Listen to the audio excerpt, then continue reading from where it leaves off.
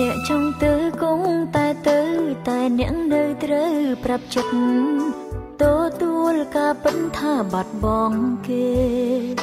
ហ៊ានជួបក៏ត្រូវហ៊ានប្រត់មិនអាចខត់ចិត្តមនុស្សទេចិត្តគេមិនដែលព្រមស្មោះយើងឡើយគ្រប់គ្រាន់ហើយទាំងភ្នែកអើយបេះដូងអើយឈប់នឹកទៅទោះត្រូវរស់នៅឯកាក៏ដោយព្រមយើងព្រមតាំងពីដើមព្រមស្ម័គ្រឈឺបែបនេះហើយកុំឲ្យគេឃើញថាយើងឈឺចាប់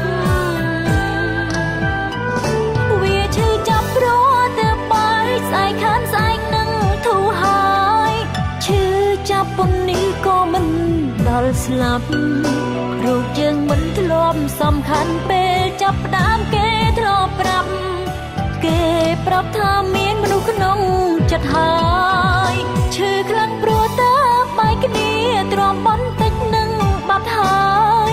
លើកក្រោយត្រូវចាំកុំអើយជួបទៀតឈប់ស្រឡាញ់គេតែម្ខាងឈប់ធ្វើបាបខ្លួនឯងទៀតជូនពរឲ្យគេឃ្លាតទៅបានសុខ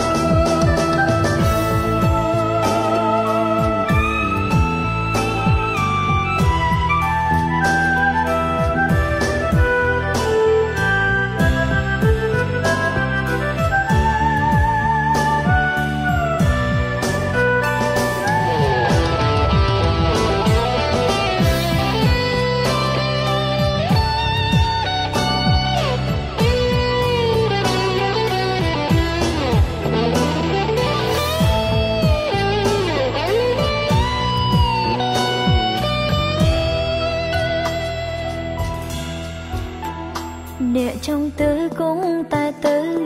អ្នកនៅត្រូវប្រាប់ចិត្ត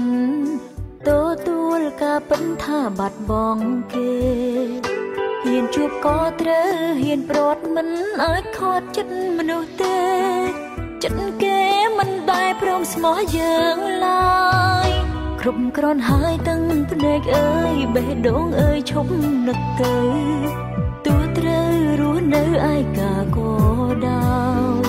ព្រមយើងព្រមតាំងពីដើមព្រមស្ម័គ្រឈឺបែបនេះហើយកុំឲ្យគេឃើញថាយើងឈឺចាប់វាឈឺចាប់ព្រោះតែបាយស្អែកខានស្អែកនឹងធូរហើយឈឺចាប់ប៉ុណ្នេះក៏មិនដល់ស្លាប់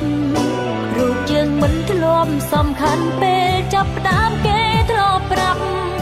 គេប្រាប់ថាមានមនុស្សក្នុងចិត្តហើយឈឺខ្លាំងព្រោះតើបែកគ្នាទ្រាំបន្តិចនឹងបាត់ហើយលើកក្រោយត្រូវចាំកុំអើយជួបទៀតឈប់ស្រឡាញ់គេតែម្ខាងឈប់ធ្វើបាបខ្លួនឯងទៀតជូនពរឲ្យគេឃ្លាតទៅបានសុខវាឈឺចាប់ព្រោះតែបាយស្អែកខានស្អែកនឹងធូរហើយឈឺចាប់ប៉ុណ្នេះក៏មិនដល់ស្លាប់រោគយើងមិនធ្លាប់សំខាន់ពេលចាប់ផ្ដើមគេធ្លាប់ប្រាប់